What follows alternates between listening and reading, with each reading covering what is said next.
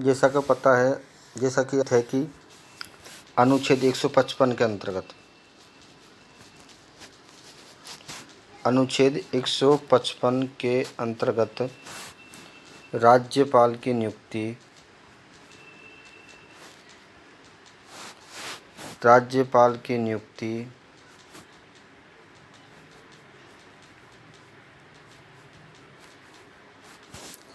राष्ट्रपति द्वारा की जाती है। राष्ट्रपति द्वारा की जाती है।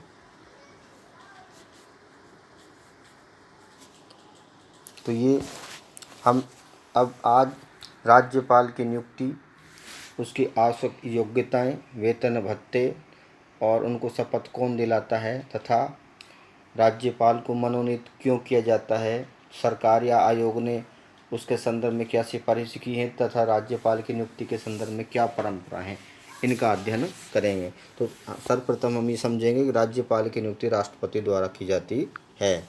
आगे हम बात करेंगे आगे कि वे राज्यपाल की नियुक्ति राष्ट्रपति द्वारा की जाती है, लेकिन उसको नियुक्त किया जाता है या मनोनीत किया जाता है, वो निर्वाचित नहीं होता। यानी एक शब्द होता है नियुक्त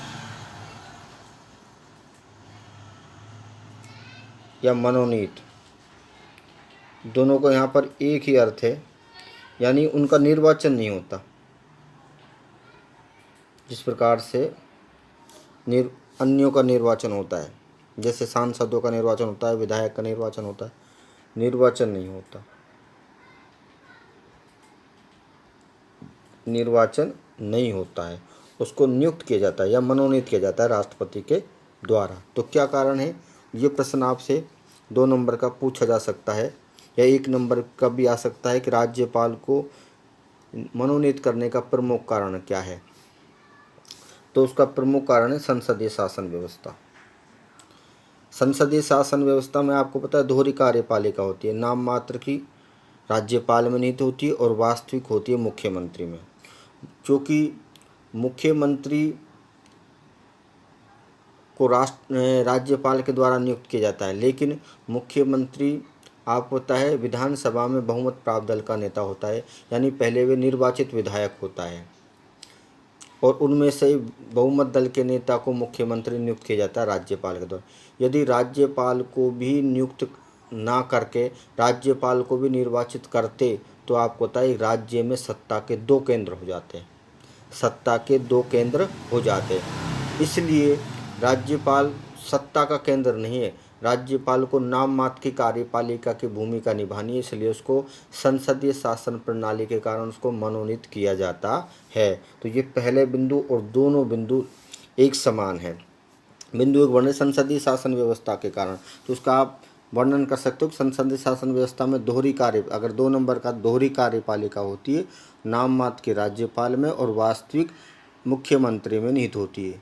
अगर राज्यपाल को, क्योंकि मुख्यमंत्री एक प्रकार से आपको पता है जनता के द्वारा निर्वाचित किया जाता है पहले विधायक के रूप में, और यदि राज्यपाल को भी निर्वाचित करती जनता तो सत्ता के 2 केंद्र हो जाते हैं।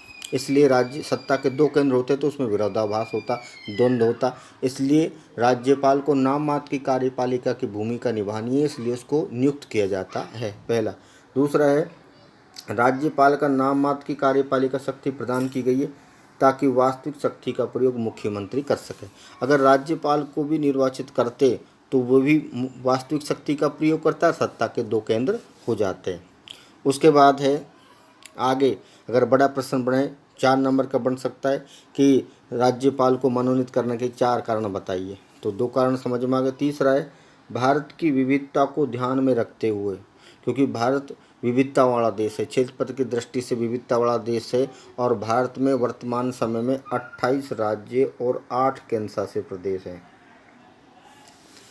संघ और राज्यों में एकता और अखंडता बनाए रखने के लिए, संघ और राज्यों में एकता अखंडता बनाए रखने के लिए राज्यपाल को मनोनीत किया जाता है ताकि वे केंद्र के निर्देशों का पालन करें और देश की एकता अखंडता सुनिश्चित रहे।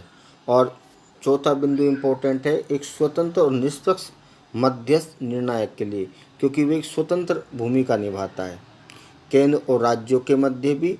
और यदि मान लीजिए राज्य सरकार भी कोई उनको परामर्श दे केंद्र के विरुद्ध, या केंद्र सरकार राज्य के विरुद्ध परामर्श दे, तो आपको पता है कि राज्यपाल एक मध्यस्थ के रूप में निष्पक्ष और मध्यस्थता की भूमिका निभाता है।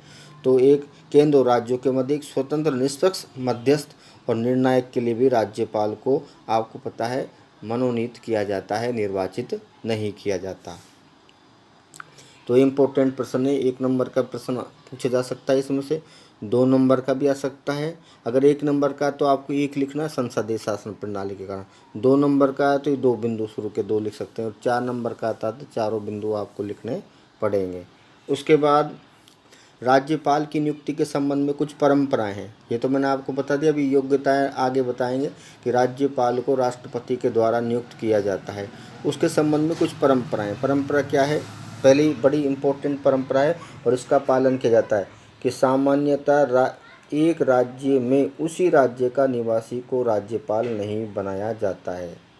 उदाहरण के लिए राजस्थान के किसी निवासी को राजस्थान का राज्यपाल नहीं बनाया जाएगा, और ऐसा इसलिए किया जाता है कि वे निष्पक्ष रहे। अगर उसी राज्य के निवासी को राज्यपाल बना दिया जाए तो भाई भतीजेवाद की प्रवृत्ति को जन्म मिलेगा और वे अपने लोगों को लाभ पहुंचा सकता है। इसलिए निष्पक्षता के लिए उसी राज्य के निवासी को उसी राज्य में राज्यपाल नहीं बनाया जाता। उसके बाद है दूसरी बात, ये परंपरा है कि एक राज्य के निवासी को उसी राज्य में, सेम राज्य में जिसमें उसका जन्म हुआ, जिस राज्य का में रहता है, उसी राज्य के निवासी को, निवास करने वाले नागरिक को उसी राज्य का राज्यपाल नहीं बनाया जाता, और अमूमन इसका पालन किया जाता है। दूसरा है राज्य मंत्रिमंडल राज्यपाल के नाम पर सहमत हो, यद्यपि इस परंपरा का व्यवहार में कम ही प्रयोग किया जाता है। यह बात सही है कि इसका मंत्रिमंडल राज्यपाल के नाम पर सहमत हो, इसका पालन कम ही किया जाता है, पूछा भी कम ही जाता है मंत्रिमंडल से। उसके बाद ये बड़ी इम्पोर्टेंट बात है, वरिष्ठ राजनीतिज्ञों को, नौकरशाहों को या सैन्य अधिकारियों को ही राज्यपाल नियुक्त किया जाता है और इसका पालन किया जाता है। जो राजनेता संन्यास के करीब हैं, लंबा उनको राजनीतिक अनुभव है, या कोई नौकरशाह जो IAS ऑफिसर है, IPS ऑफिसर है, वो रिटायरमेंट हो गए उसके बाद, या सैन्य अधिकारी जो रिटायरमेंट हो गए उसके बाद उनको राज्यपाल नियुक्त किया जाता है। और एक परंपरा प्रशासनिक सुधार आयोग, जिसके अध्यक्ष मोरारजी देसाई थे, उन्होंने कहा कि एक व्यक्ति को एक ही बार राज्यपाल नियुक्त किया जाना चाहिए। इस परंपरा का भी अमूमन पालन किया जाता है, लगभग पालन किया ही जाता है। तो ये आपसे प्रश्न पूछा जा सकता है कि राज्यपाल की नियुक्ति के संबंध में प्रमुख परंपराएं कौन सी हैं। ये ज़्यादा से ज़्यादा 2 नंबर का प्रश्न बनता है, बड़ा प्रश्न नहीं बनेगा, 1 या 2 नंबर का बन सकता है। तो राज्यपाल की पहले हमने पढ़ा कि राज्यपाल को मनोनीत करने के क्या कारण हैं। उसके बाद हमने पढ़ा कि राज्यपाल की नियुक्ति के संबंध में क्या क्या परंपराएं हैं। अब हम आपको तीसरे पाठ में पढ़ाया था कि 1983 में सरकारिया आयोग का गठन किया गया। 1983 में कौन से आयोग का? सरकारिया आयोग का गठन किया गया। तो सरकारिया आयोग, जिसके अध्यक्ष न्यायमूर्ति RS सरकारिया थे। तो सरकारिया आयोग ने राज्यपाल की नियुक्ति के संबंध में कुछ परंपराएं यानी कुछ सिफारिशें की, और वो सिफारिश कौन सी है और ये इम्पोर्टेंट सिफारिश है, ये प्रश्न आपसे पूछा भी जा सकता है। सबसे पहले ये कि राज्यपाल के रूप में मनोनीत व्यक्ति को उसके कार्यकाल के बाद पुनः लाभ के पद पर नहीं लगाना चाहिए, यानी लाभ के पद पर उसको नहीं लगाना चाहिए। अब वे राष्ट्रपति उपराष्ट्रपति का चुनाव लड़ सकता है, राष्ट्रपति उपराष्ट्रपति का चुनाव लड़ सकता है, लेकिन ऐसा नहीं कि बाद में राज्यपाल बनने के बाद दोबारा वो चुनाव लड़े और उसको मंत्री का पद दिया जाए। हालांकि मंत्री का पद भी लाभ का पद नहीं माना जाता, किंतु ये अपेक्षा की जाती है कि राज्यपाल के रूप में मनोनीत व्यक्ति को, यदि किसी व्यक्ति को राज्यपाल नियुक्त कर दिया तो उसके कार्यकाल के बाद पुनः लाभ के पद पर उसको नहीं लगाया जाना चाहिए। उसके बाद दूसरी बड़ी इम्पोर्टेंट बात है कि केंद्र में जिस दल का शासन हो उससे संबंधित व्यक्ति को उस राज्य में राज्यपाल नियुक्त नहीं करना चाहिए जिसमें अन्य राजनीतिक दल की सरकार हो। तो अब उदाहरण के लिए जैसे वर्तमान समय में केंद्र में किसकी सरकार है? बीजेपी की सरकार है। बीजेपी की सरकार है। अब बीजेपी से संबंधित व्यक्ति, मान लीजिए कोई बीजेपी के व्यक्ति है, बीजेपी के व्यक्ति को उस राज्य में यानी केंद्र में जिस दल की सरकार है उससे संबंधित व्यक्ति, तो केंद्र में किसकी सरकार है? बीजेपी की। तो बीजेपी से संबंधित व्यक्ति को उस राज्य में राज्यपाल नियुक्त नहीं करना चाहिए जहाँ भिन्न दल की सरकार। तो भिन्न कहाँ? जैसे पंजाब की हम बात करेंगे, पंजाब में कांग्रेस की सरकार है, तो पंजाब में बीजेपी के व्यक्ति को राज्यपाल नियुक्त नहीं करना चाहिए। या जैसे राजस्थान में भी नियुक्त नहीं करना चाहिए। ये सरकार या आयोग ने सिफारिश की थी, क्योंकि ऐसा करने से क्या होगा कि मान इसमें केंद्र का व्यक्ति, यानी मान लीजिए राजस्थान में जैसे कांग्रेस की सरकार है और राज्यपाल होगा बीजेपी का, यानी वो पहले राज्यपाल की नियुक्ति से पहले बीजेपी से संबंधित था, तो उसकी विचारधारा अलग होगी और कांग्रेस की यानी मुख्यमंत्री की विचारधारा अलग होगी, तो इसमें विरोध हो सकता है। तो ये परंपरा है, ये सिफारिश की थी। हालांकि सिफारिश का प्रयोग यानी पालन कम ही किया जाता है। वर्तमान समय में ऐसा ही है। आपको पता है अब राजस्थान में कांग्रेस की सरकार है, लेकिन जो राजस्थान का राज्यपाल श्री कलराज मिश्र, वो पहले राज्यपाल की नियुक्ति से पहले बीजेपी से संबंधित व्यक्ति है। हालांकि इसका पालन कम ही किया जाता है, लेकिन सिफारिश की थी उन्होंने कि केंद्र में जिस दल का शासन हो उससे संबंधित व्यक्ति को उस राज्य में राज्यपाल नहीं नियुक्त करना चाहिए जिसमें अन्य दल की सरकार हो। और उसके बाद बड़ी इम्पोर्टेंट बात है कि अनुच्छेद 155 के अंतर्गत आपको पता है राष्ट्रपति करता है राज्यपाल की नियुक्ति, यानी राज्यपाल की नियुक्ति राष्ट्रपति द्वारा की जाती है। तो इसमें कहा गया है कि अनुच्छेद 155 में संशोधन परिवर्तन करके राज्यपाल की नियुक्ति में मुख्यमंत्री से सलाह लेने की व्यवस्था करनी चाहिए। और मुख्यमंत्री से सलाह लेनी चाहिए क्योंकि उसको मुख्यमंत्री के साथ मिलकर काम करना है, क्योंकि मुख्यमंत्री वास्तविक प्रधान होता है राज्य का, और जबकि राज्यपाल नाम मात्र का प्रधान होता है। इसलिए ये इस सिफारिश का प्रयोग या पालन करना चाहिए, यद्यपि इसका प्रयोग भी कम ही किया जाता है। उदाहरण के लिए 1992 में, हम राजस्थान का उदाहरण लें, 1992 में राजस्थान के मुख्यमंत्री थे श्री भैरों सिंह शेखावत। कौन थे? श्री भैरों सिंह शेखावत थे, भैरों सिंह शेखावत थे। और भैरों सिंह शेखावत थे 1992 में। अभी मैंने आपको 1992 में कौन थे? राजस्थान के सीएम थे भैरों सिंह शेखावत। अब राज्यपाल किसको नियुक्त कर दिया? राज्यपाल नियुक्त किया, उस समय केंद्र की सरकार थी, एम चेन्ना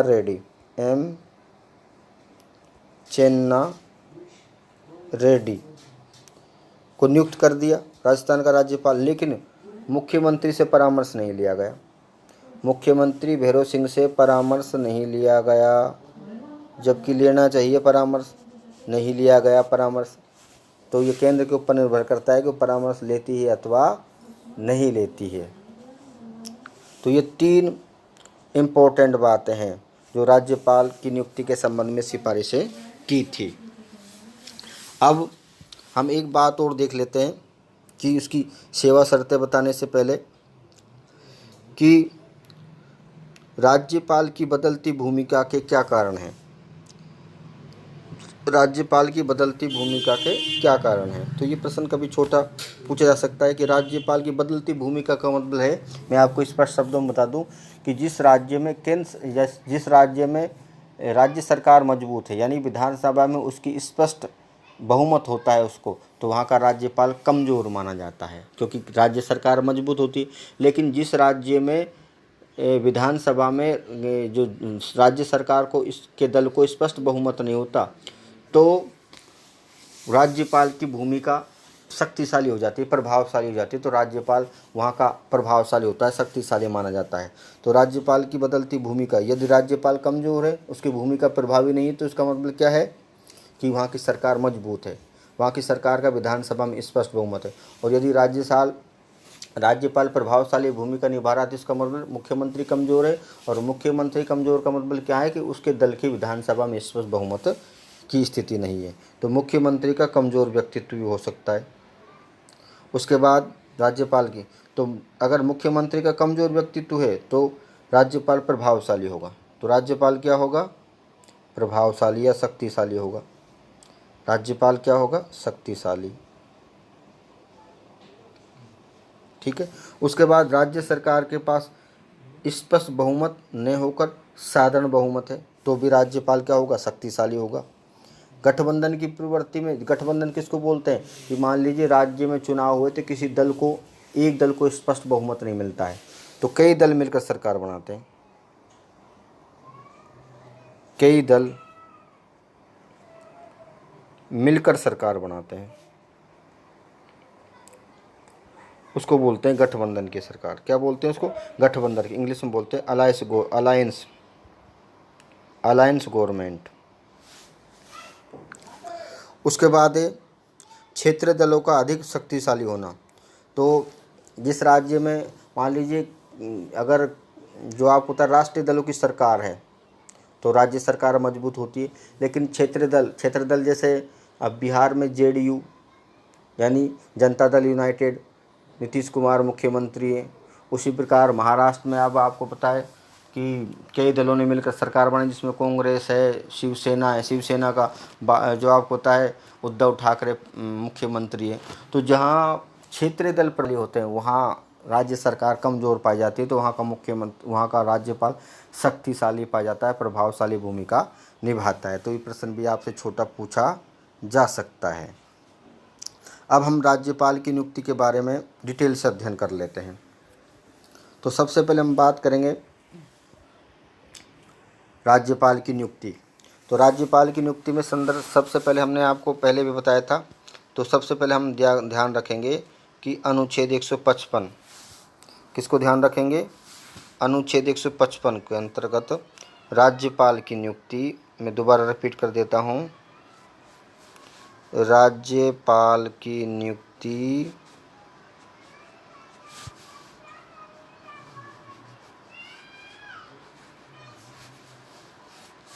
राष्ट्रपति द्वारा की जाती है, राष्ट्रपति द्वारा की जाती है।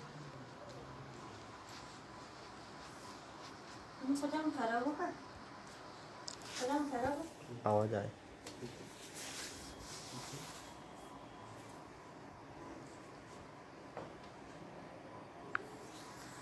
उसके बाद हम बात करेंगे अनुच्छेद 156 में कार्यकाल है, कार्यकाल की बात बाद में करेंगे भी।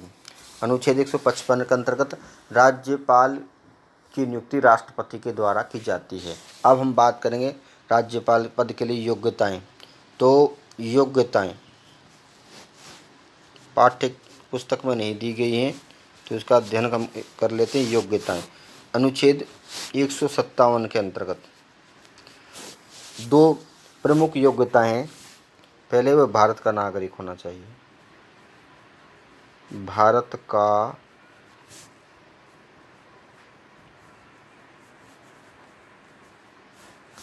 नागरिक होना चाहिए। और दूसरा है उसकी न्यूनतम आयु यानी 35 वर्ष, न्यूनतम आयु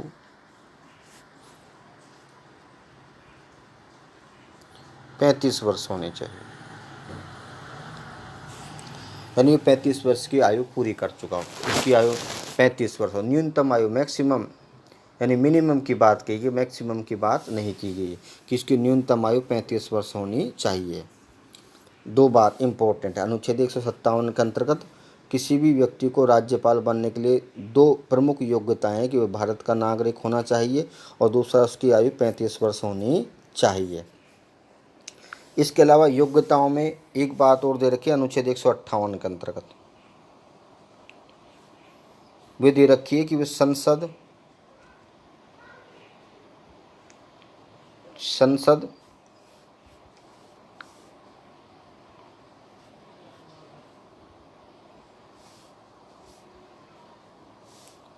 संसद ओब्लिक विधानमंडल,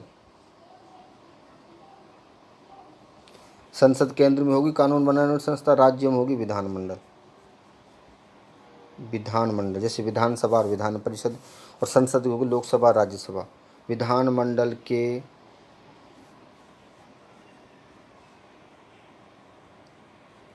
किसी भी सदन का सदस्य नहीं होना चाहिए।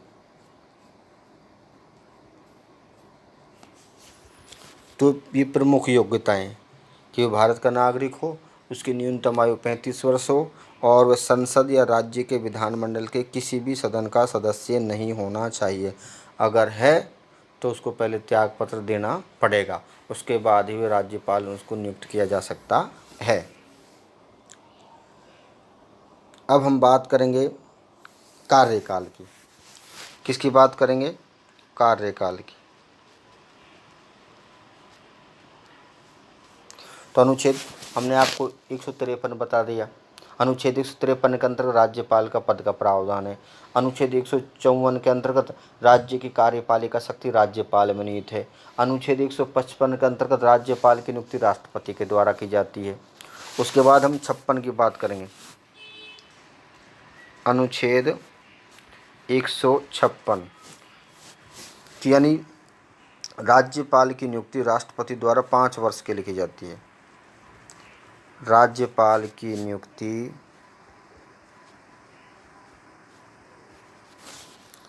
राष्ट्रपति द्वारा 5 वर्ष के लिए की जाती है। कितने वर्ष के लिए की जाती है? 5 वर्ष के लिए की जाती है। तो राज्यपाल का कार्यकाल होता है 5 वर्ष। लेकिन राज्यपाल राष्ट्रपति की इच्छा पर्यंत 5 वर्ष, उसके साथ आप ब्रैकेट में लिख सकते हो कि वे राष्ट्रपति की इच्छा पर्यंत तक पद पर कार्य करता है। राष्ट्रपति कभी भी राज्यपाल को पद से हटा सकता है। हालांकि उसका कार्यकाल संविधान में 5 वर्ष निर्धारित किया गया है, किंतु राज्यपाल का कार्यकाल राष्ट्रपति की इच्छा पर्यंत तक का होता है। ये हो गया कार्यकाल। उसके बाद मैंने योग्यताएं आपको अनुच्छेद 157 158 बता दी। अब हम बात करेंगे अनुच्छेद 159 की, शपथ। अनुच्छेद 159 के अंतर्गत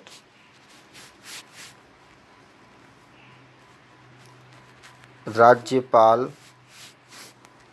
को शपथ संबंधित उच्च न्यायालय का मुख्य न्यायाधीश दिलाता है। संबंधित, जैसे राजस्थान का है तो राजस्थान उच्च न्यायालय का मुख्य न्यायाधीश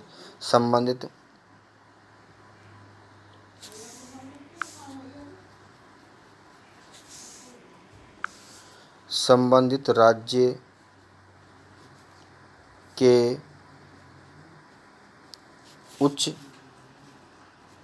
न्यायालय, जिसको हाई कोर्ट बोलते हैं, हाई कोर्ट, उच्च न्यायालय के मुख्य न्यायाधीश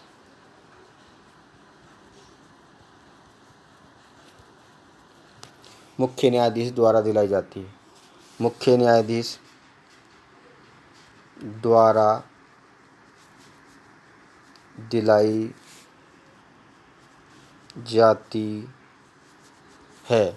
ये प्रश्न इम्पोर्टेंट है कि राज्यपाल को शपथ कौन दिलाता है?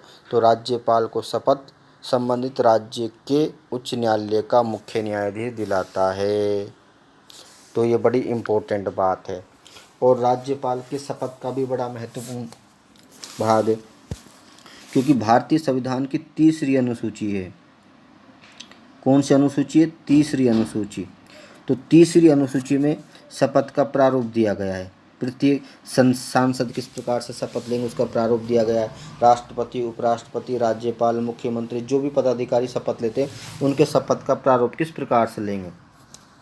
तो राजस्थान जो राज्यपाल है वे निष्ठापूर्वक अपनी योग्यता से संविधान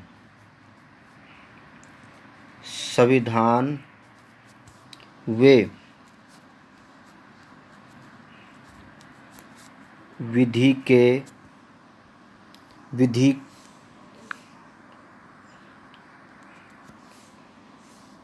विधि का यानी कानून का संरक्षण करने की शपथ लेता है।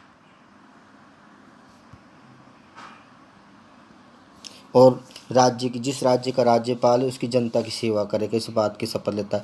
तो कुल मिला के, क्योंकि पूरे देश का एक ही संविधान है, तो केंद्र सरकार संविधान के अनुसार शासन करे, इसकी देखभाल कौन करता है? जिम्मेदारी किसकी है? राष्ट्रपति।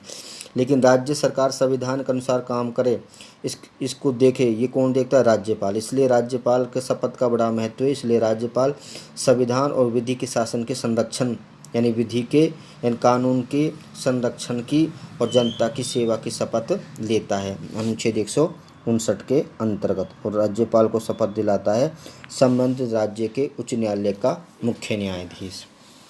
उसके बाद हम आगे बात करेंगे कि राज्यपाल को वेतन भत्ते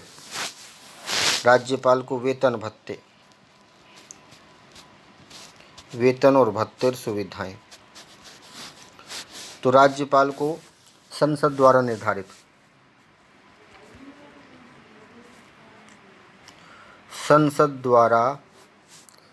निर्धारित वेतन भत्ते मिलते हैं। निर्धारित वेतन और भत्ते जिनको सुविधा बोलते हैं, अलाउंस बोलते हैं। और इनका उल्लेख दूसरी अनुसूची में किया गया। कौन सी अनुसूची में किया गया? दूसरी अनुसूची में किया गया है। और ये संचित निधि पर भारित है। किस पर निधि? संचित निधि पर, कि जिनमें कोई कटौती नहीं की जा सकती। ये संचित निधि पर भारित हैं। जैसे राष्ट्रपति, उपराष्ट्रपति, राज्यपाल, इनका वेतन भत्ता है जो भारत की, और सर्वोच्च न्यायालय, उच्च न्यायालय के न्यायाधीश, इनके वेतन भत्ते भारत की संचित निधि पर भारित हैं, जिनमें आपातकाल के दौरान कोई कटौती नहीं, आपातकाल के को छोड़कर अन्य किसी भी आधार पर कोई कटौती नहीं की जा सकती। इसमें भी राज्यपाल और राष्ट्रपति के वेतन भत्तों में तो आपातकाल के दौरान भी कटौती नहीं की जा सकती है। अब वर्तमान समय में कितने मिलते हैं? तो वर्तमान समय में राज्यपाल को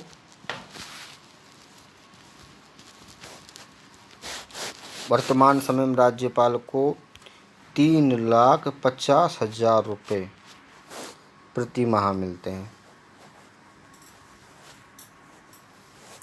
और सरकारी आवास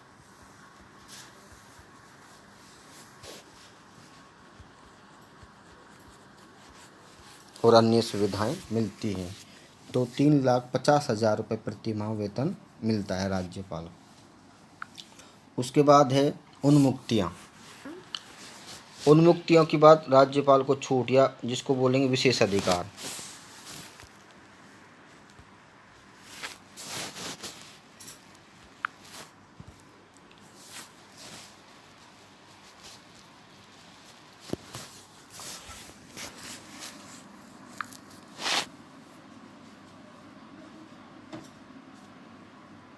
इसको छूट बोलेंगे, उन्मुक्तियां या विशेष अधिकार।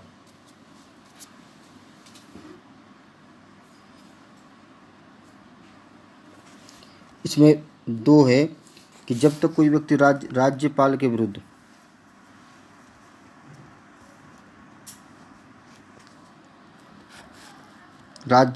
विरुद्ध दीवानी और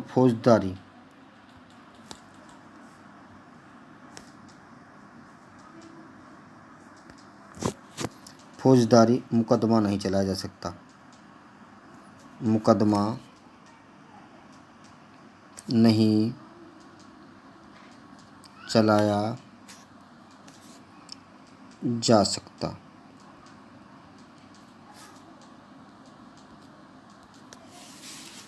जब तक कोई व्यक्ति राज्यपाल के पद पर आसीन है उसके विरुद्ध दीवानी और फौजदारी मुकदमा नहीं चलाया जा सकता।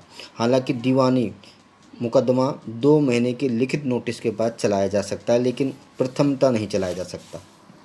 दूसरा विशेष अधिकार क्या है? दूसरा विशेष अधिकार है कि राज्यपाल को ना तो गिरफ्तार किया जा सकता है, राज्यपाल को ना तो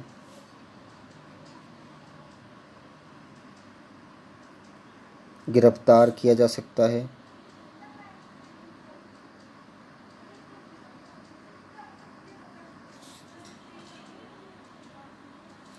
और ना ही